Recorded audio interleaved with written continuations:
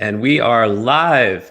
I am here in Northeast Pennsylvania, and welcome to the Tim and Jim Show. I am Tim Sohn with Sohn Social Media Solutions here in the woods with the bears and the turkeys. And Jim, where are you today?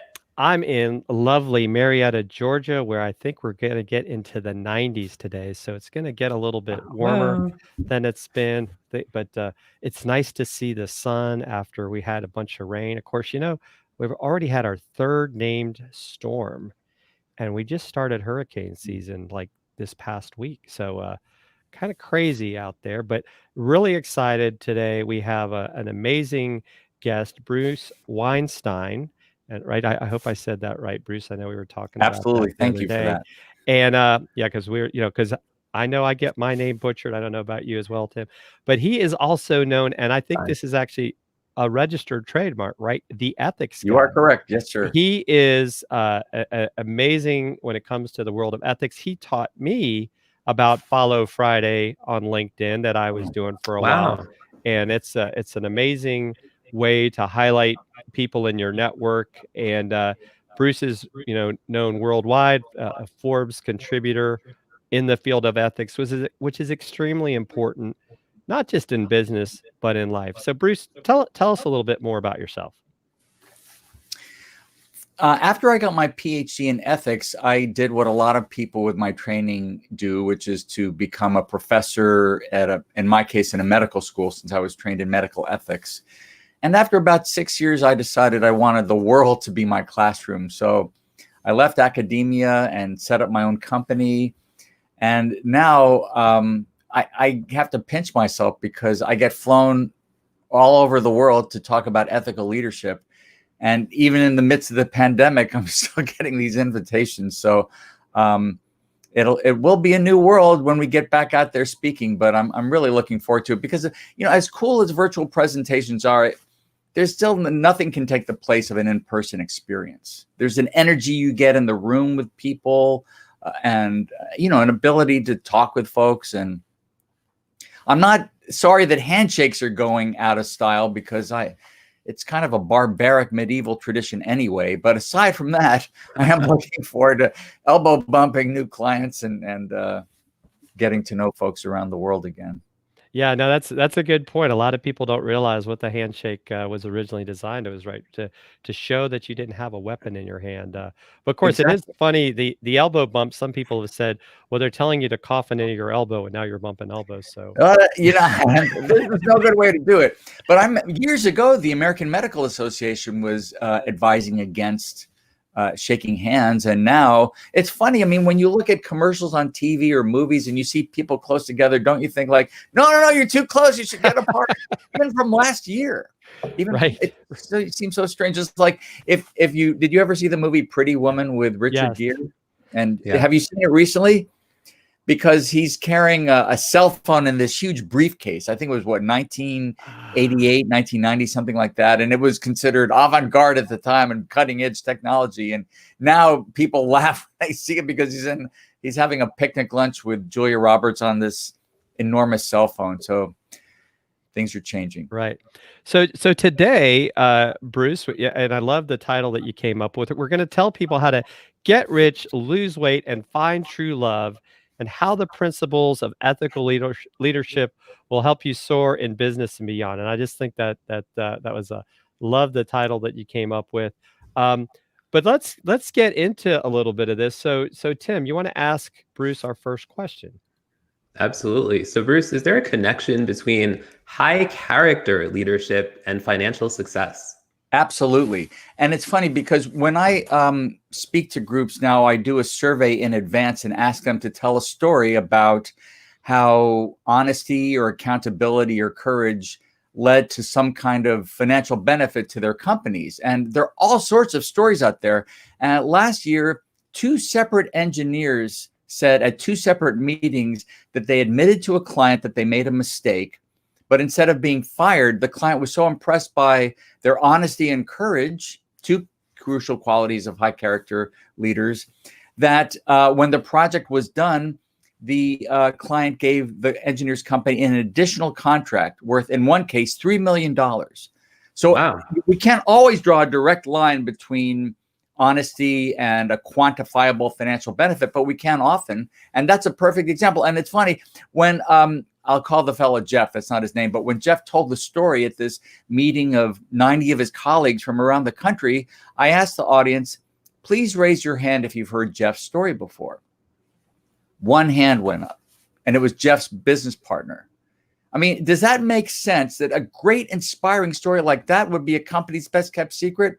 So I guess I kind of view myself as a gardener in a way of trying to cultivate, find these stories, share them in the company, and then encourage companies to use them in their marketing and PR materials because they're inspiring stories.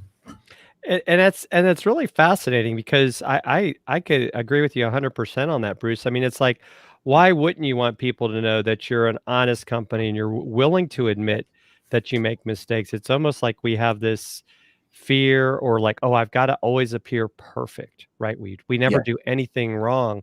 Right. Where if you actually, as you know, Brian Kramer likes to talk about being human, if we're more human, people will actually probably connect with us better because it's like, you know, I'm not perfect either, and I can relate to these people.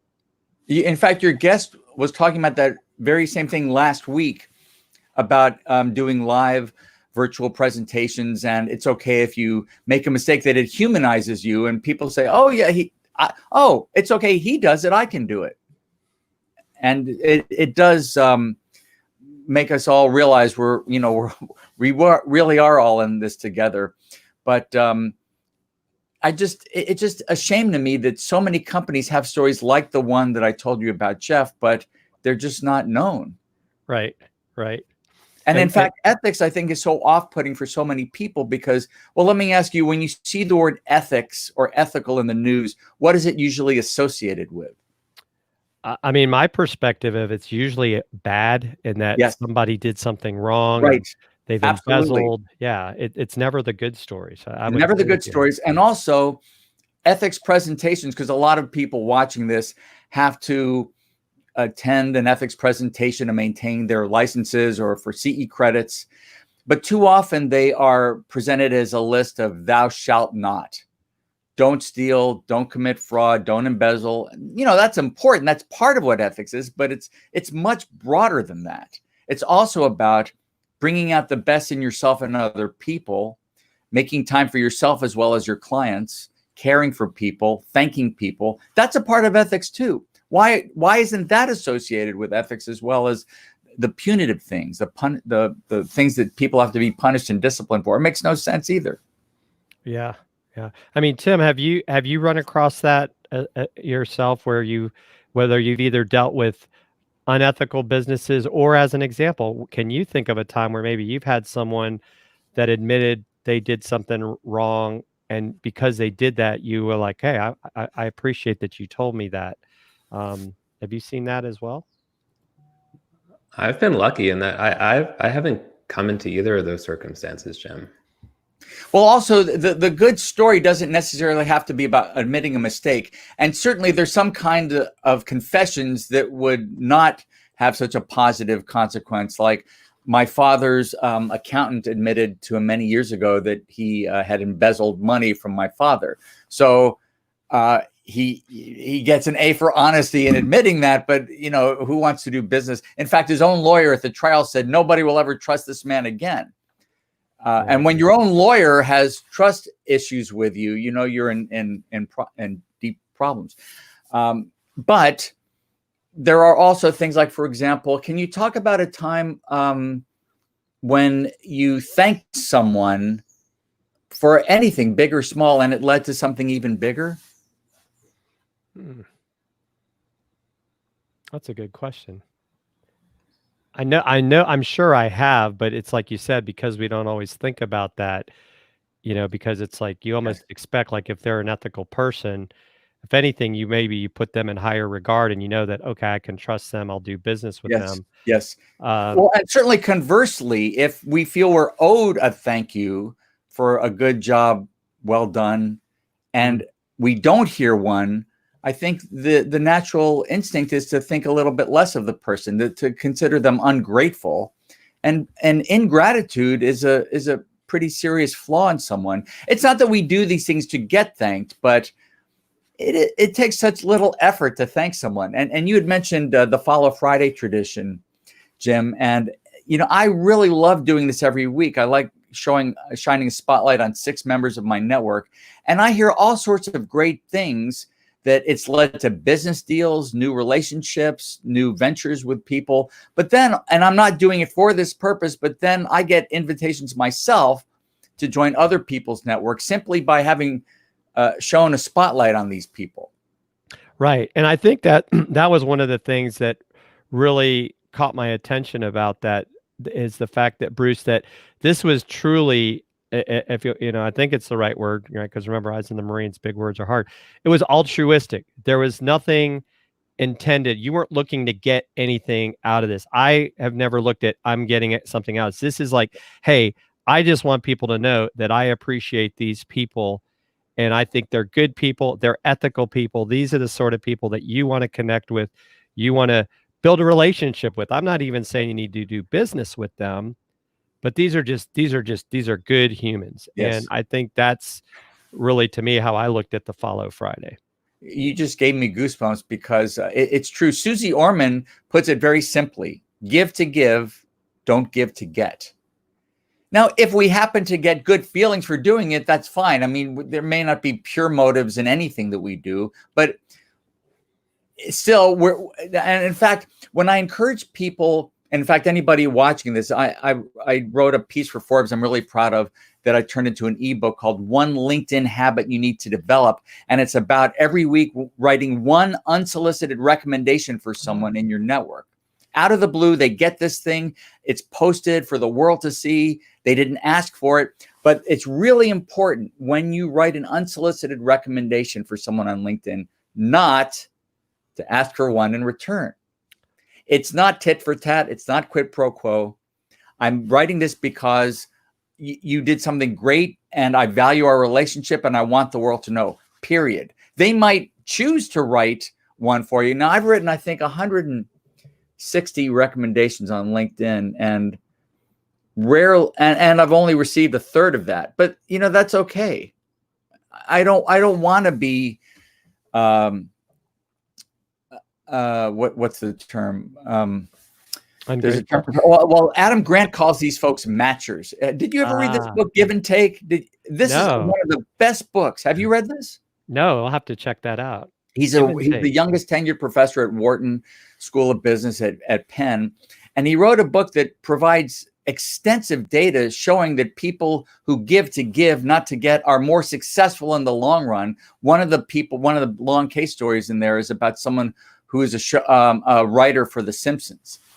But so Adam Grant talks about givers, takers, and then what he calls matchers. I wrote you a LinkedIn recommendation. Now I expect you to write one for me. And if you don't, we don't have a relationship. Those people turn out to be not as successful in the long run as the givers. Right. Wow. That's powerful. That very, very powerful. And that kind of leads us into our next question, right? We're talking about recommendations. What are some simple ways that businesses then can find these ethical people and hire them to make their business, I would say, definitely stronger? It's a great question. And in fact, when I presented at the American Bankers Association last year, I showed 4 simple things that they can do, because I studied their websites before speaking to them. And I noticed that, and it's not just true of bankers. In fact, anybody watching this might want to review their website afterwards, because I'll bet you have a tab that says About Us. I'll bet you have a tab that talks about your services. I'll bet you have if you sell things, there's a tab that says Shop. What about a tab that says Values or Principles or what we stand for? And in fact, with many banks, community banks and global corporations, it takes several clicks to even find their code of conduct. That's 2 clicks too many. Why isn't it above the fold? Why isn't the language of ethics, of character, honesty, accountability, care, gratitude, why isn't that featured above the fold on a website? And if it isn't, this is a simple fix. Well, it's a simple fix if you've already worked out what your values are. So even before the marketing piece might be to say, now, what is it that I stand for? But the other piece, to answer your question, Jim, about hiring high character people, is embedding these values into every single job description. Because take a look at any job description out there on Monster or LinkedIn, Indeed, whatever it is, and whatever the field is, IT, HR, compliance, whatever, employers are looking for people with two things: knowledge and skill. Now, would it matter to you if you hired the most skilled and knowledgeable person in the field, but that person was dishonest? Yeah, who wants to hire someone who's dishonest? But why, if honesty is that important, can we really assume that everybody buys into that? I don't think so.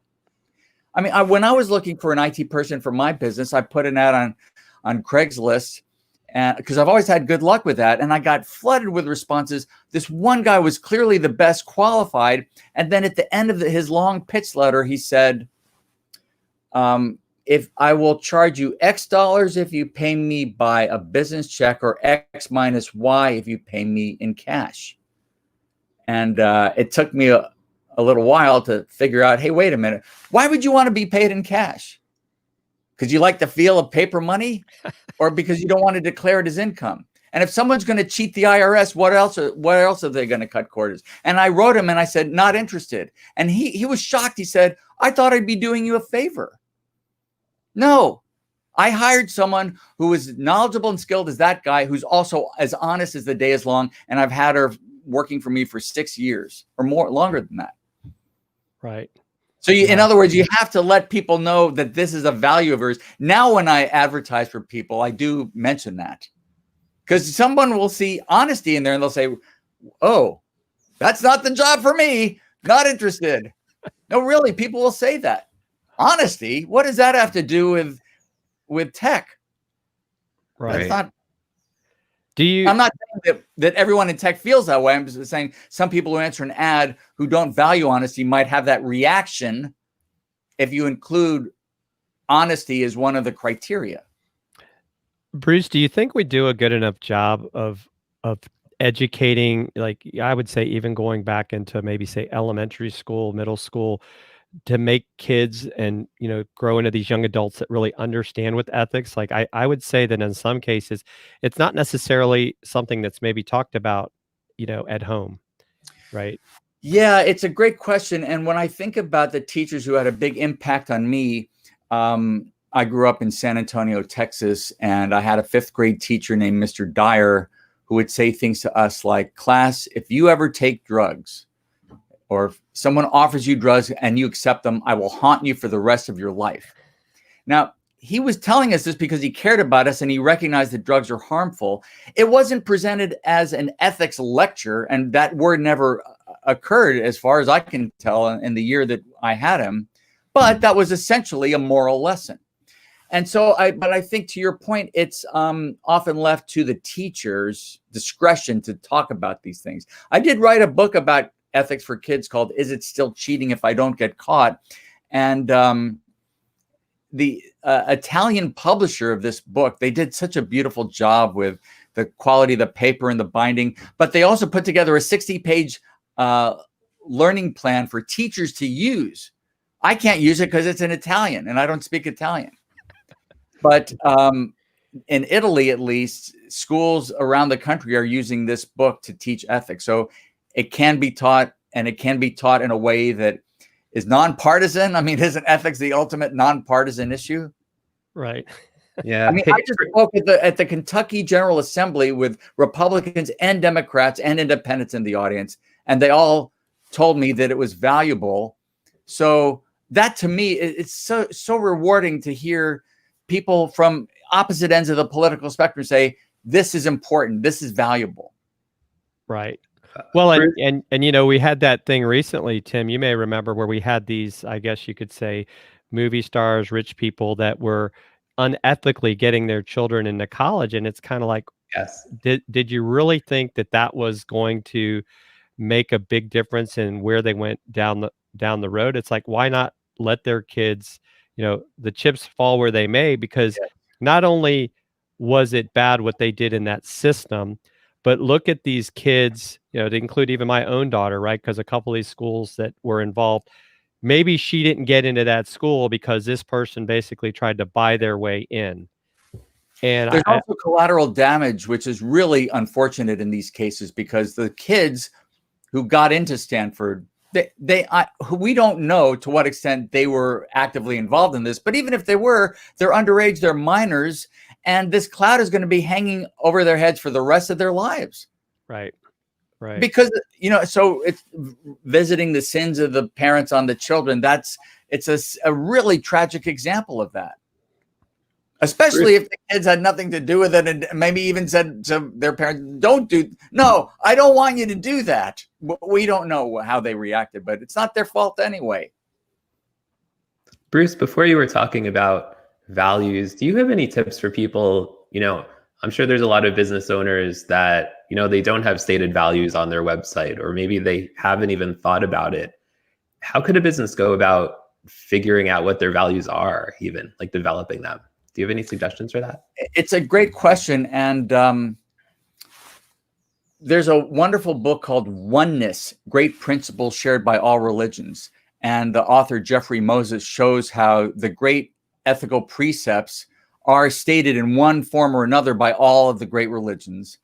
And when I was in graduate school, I studied a book called Principles of Biomedical Ethics that talked about 4 basic ethical principles that apply to physicians, nurses, clinical social workers, scientists. And I took that framework and simplified the language and broadened the scope so that principles like, for example, do no harm. When you hear that phrase, who do you think of? Doctors. We all we know in medical school, medical students are taught first, do no harm. Doesn't that apply to professional speakers and hosts of internet shows and pretty much everybody? So that's to take one example of a most fundamental principle. Now, what's interesting is that construction companies will talk about safety, but they don't often present it as an ethical concern. They'll just say we're committed to safety. But why not be upfront about it and say, we are so committed to the ethical principle of do no harm. We will not tolerate anyone violating policies to wear protective gear, earplugs, eye shades, and so forth. Right. Eye protection, not eye shades. You wouldn't want someone wearing eye shades when they're operating an 18-wheeler. But so sometimes the language is there. It just has to be presented as an ethical concern. Well, I think too, right? The other thing is the business has to mean it, right? They have to be consistent in the enforcement of those standards, because otherwise, sure, you say this, but it's like, do as I say, not as I do. And that in itself can create an ethical dilemma. Absolutely. And in fact, at the American Bankers Association meeting I was telling you about, I talked about how, yes, it's important to have those values up there, but then I presented a list of 5 values that belong to a company. I think it was integrity, responsibility, fairness, honesty. It was Enron's values. So it's a start, but you have to walk the talk. Yeah. And it's right. So you do have to demonstrate this on a daily basis. And I think another thing that's a turnoff to ethics is that people think that, oh, I'm expected to be a saint. Well, if that were the case, I'd have no business teaching this. We all struggle with it. The point is not to become perfect. It's just to become better. It's to help good people make the best possible decisions. That's how I view it. I don't view it as something that will help. Like I just saw that. Did you see this 4-hour documentary on Jeffrey Epstein? Not yet, Netflix? But I've heard it's fascinating. Deeply disturbing. But I mean, this guy was evil incarnate, and there's no ethics course in the world that could turn that guy around. He was evil. But that's not what ethics is about anyway. Right. As I see it. Well, and I think, right, isn't it in a sense like a lot of things that if we don't ingrain this ethical foundation early enough, it's going to be very hard to change people's behaviors later in life. And so I think to your point, when I interview CEOs who want to talk about ethical leadership and I ask them, why are you so passionate about it? The answer is almost always my father, my mother, my parents. They don't say, I first learned about ethics in college and that turned me on. I took a course on ethics in college and boy, that really turned me around. No, I mean, Yeah. So it usually starts earlier than, the age of 20. Right. And so, Bruce, this brings up another great, point that I think you wanted to make. What are the principles of ethics that every business leader should live by? And that would include even like Tim and I being, solopreneurs, right? We still need to have some principles that we need to live by.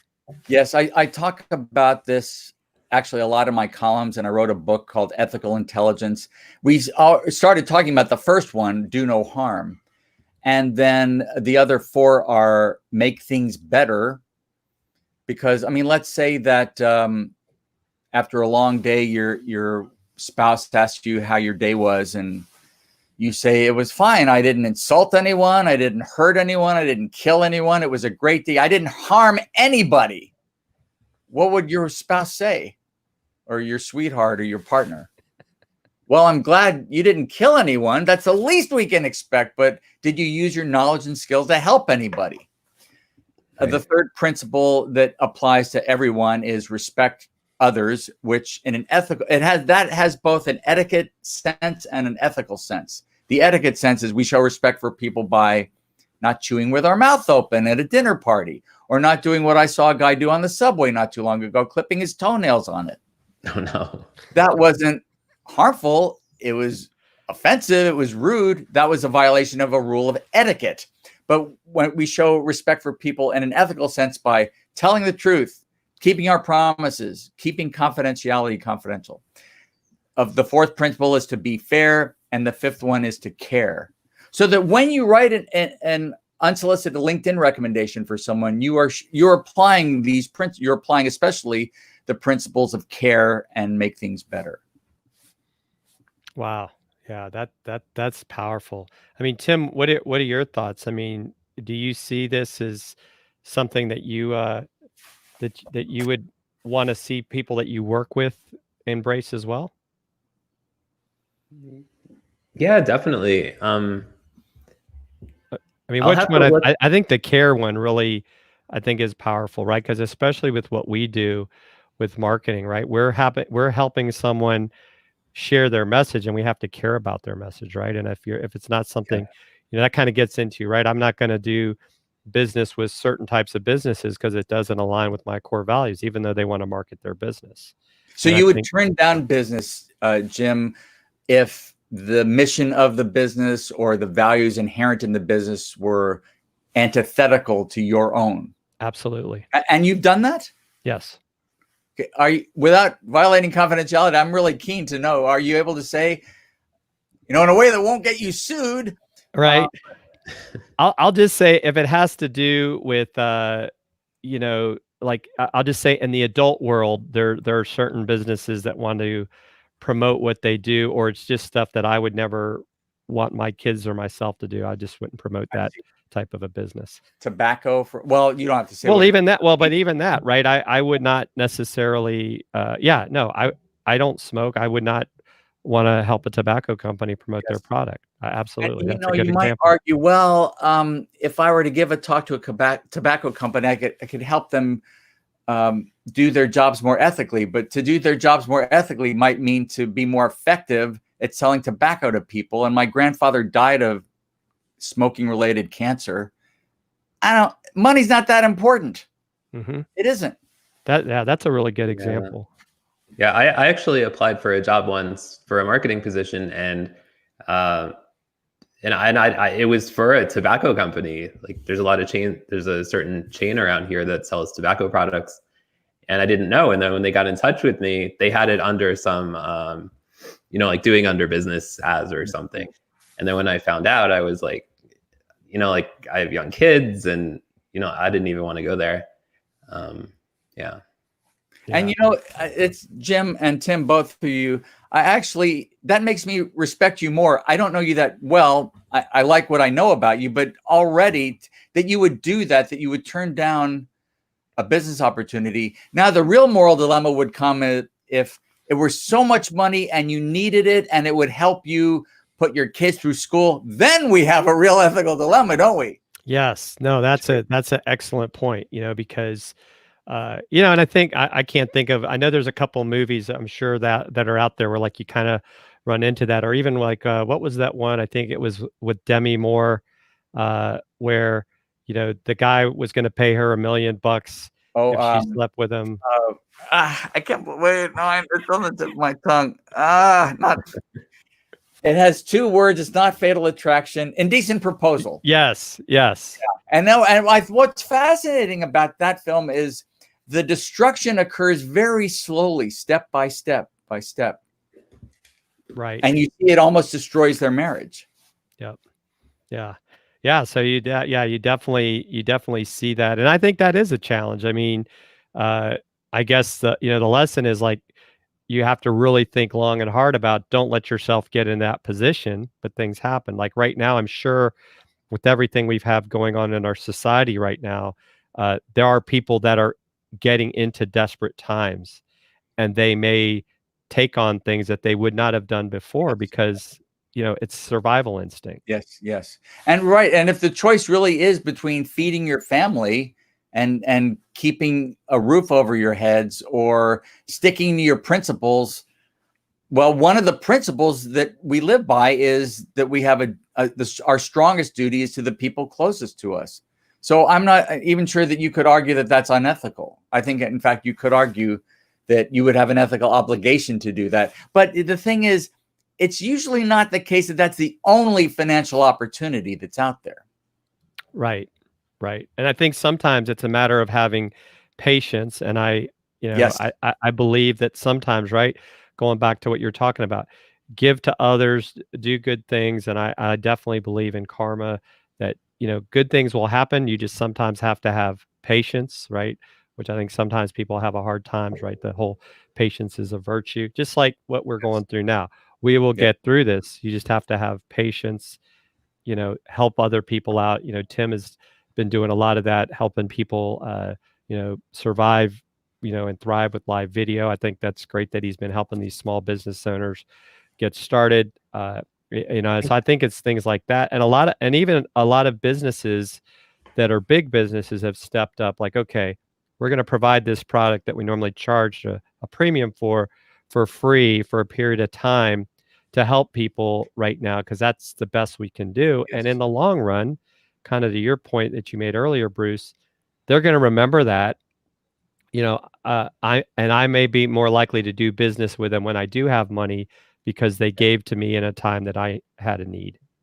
And conversely, think about the companies that are raising their prices sky high because these are in short supply. And you might say, well, but a basic law of economics is supply and demand. But you could also say, yes, supply and demand is one thing, but exploiting a tragedy is another. Right. $4 a roll for toilet paper? Are you kidding me? That's like from a Siberian prison? Are you out of your mind? I'm going to remember that. I'm going to, not in a good way either. Right.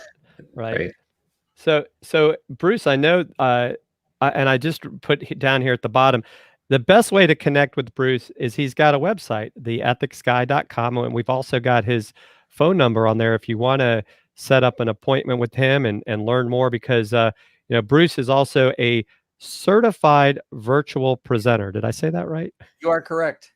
And tell us a little bit about that, Bruce. How do you go about becoming a certified virtual presenter? There's a business called eSpeakers. It's affiliated with the National Speakers Association, and it's a quasi speakers bureau that has recently created this designation that lets clients know that if you hire someone who has this designation, that you don't have to worry about the technical issues. In fact, you talked about this last week with your guest about how if the audio is bad, it doesn't matter how great it looks, people will remember that.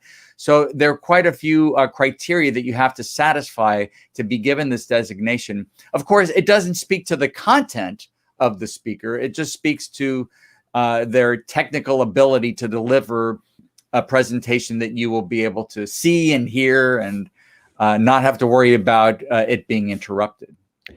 Now, Bruce, do you have to be a member of the National Speakers Association to get that certification, or is that something you can do? That's a good.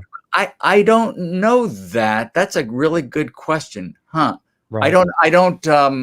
Since I'm not an employee of eSpeakers, I can't tell you that. But if you reach out to e-speakers, I'm sure they would be able to tell you that. But the thing is, if you are a presenter, why wouldn't you want to join NSA? I can't tell you how much this organization has done for me professionally and personally. I was just watching my wedding video from 13 years ago, and I thought, and most of the guests there were my wife's friends.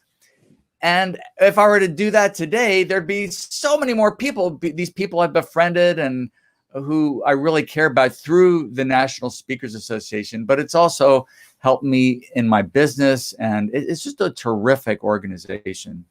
And this is not paid product placement. I'm not paid. I am on the board of directors for the local chapter, but I get nothing from the association other than the good feeling of recruiting new people.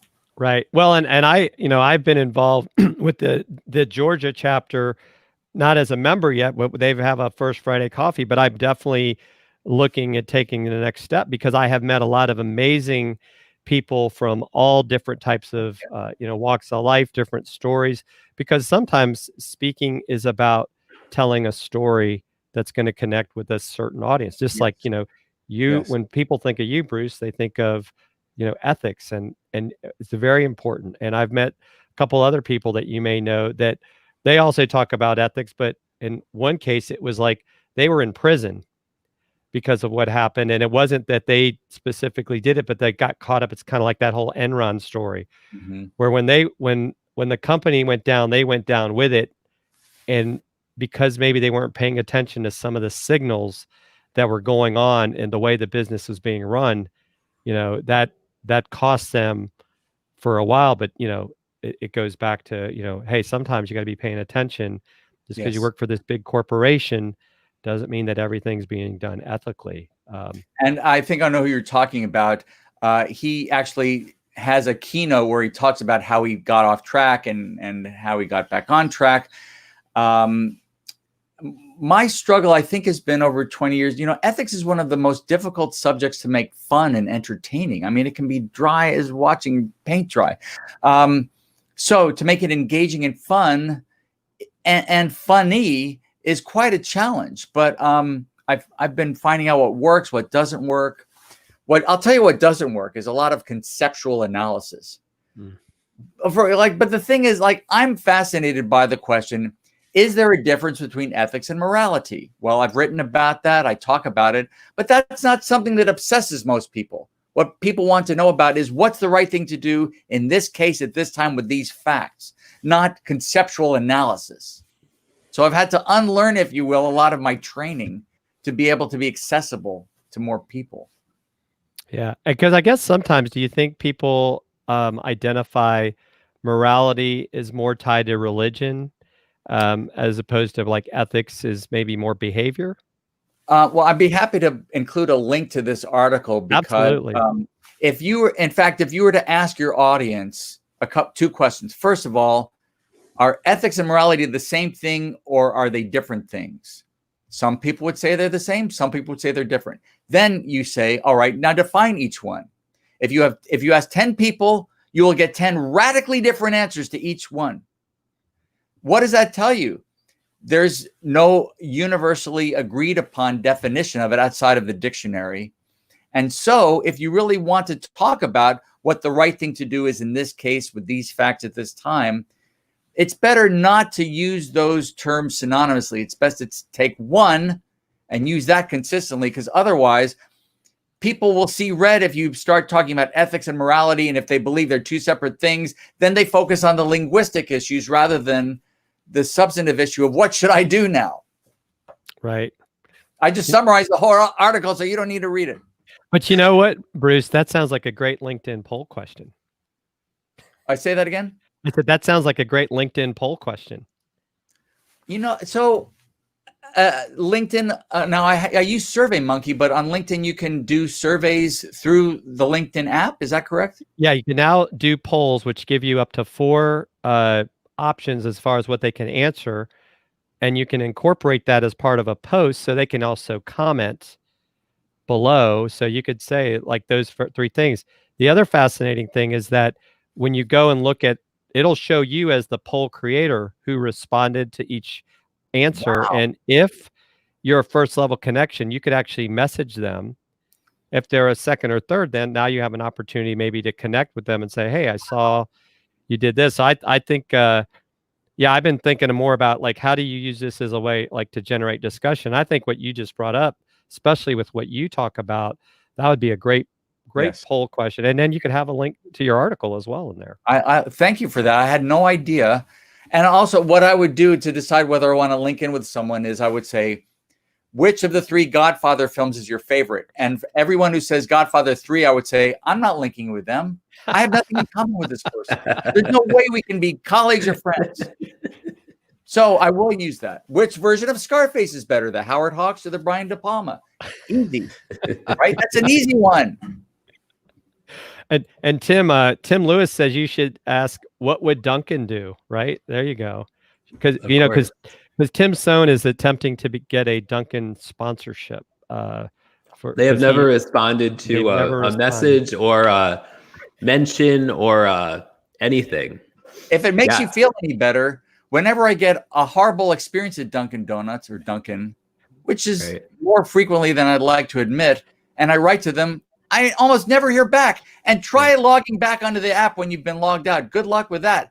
But it's a shame because their coffee is terrific. Their donuts are terrific. Exactly. But yes, it seems to be a leadership issue there. So I will join you, Tim, in that endeavor because especially when a company is such a great product, you want them to have great customer service as well.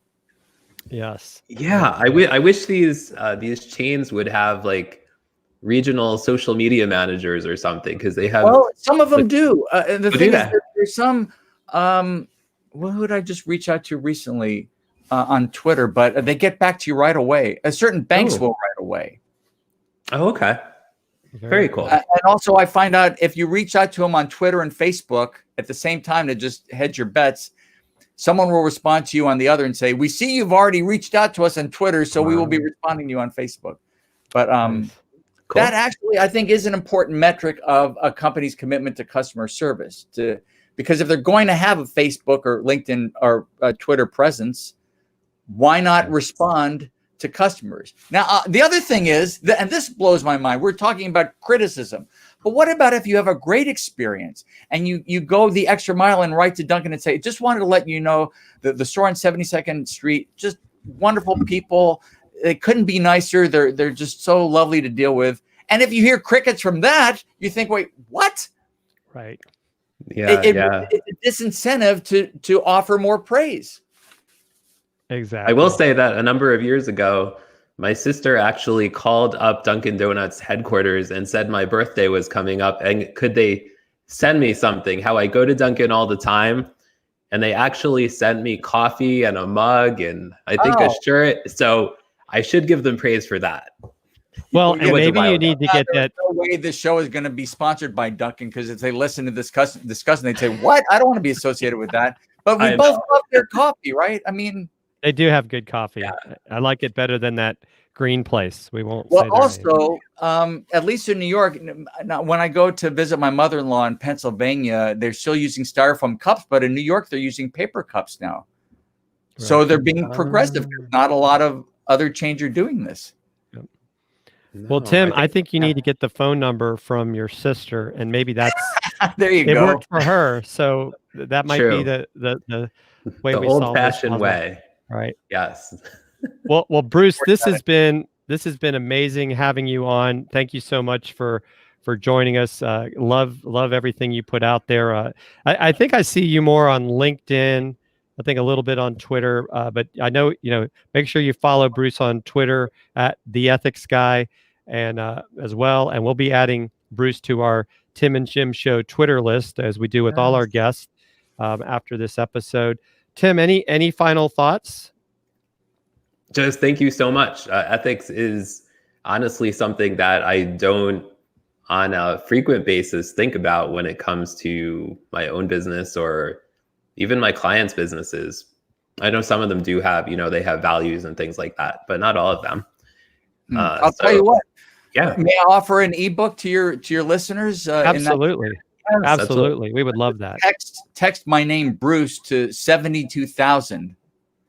and you'll get the ebook, One LinkedIn Habit You Need to Develop, where you'll learn how to write these unsolicited recommendations step by step. Bruce to 72,000. That is awesome. Thank you, Bruce. And it's a pleasure. And thank you guys. I've really enjoyed the other interviews that you've posted, and you have a really nice, engaging way about you, and you don't interrupt your guests, which is really nice. You let us ramble on and on. So thank you for that. Now, you guys are really great, and I look forward to meeting you in person when we're allowed to do that. And my last question to you is, Jim, how do you pronounce your last name? Fuse like a fuse box. How many times a week? How many times a day do you say fuse like a fuse box? That's right. And then they're probably still saying, well, where's the E?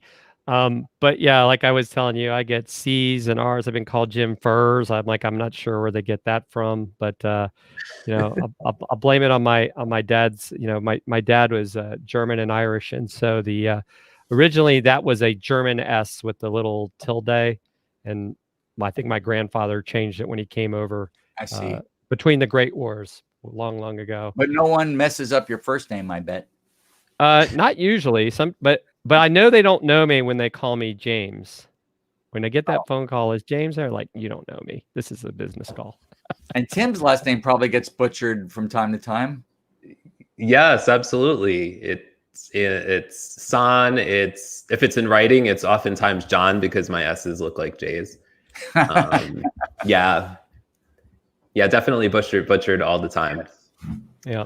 Well, all of our last names are commonly misspelled and mispronounced, so we have that in common. Yes, absolutely. Right. Thank you so much for the invitation. I've really enjoyed it.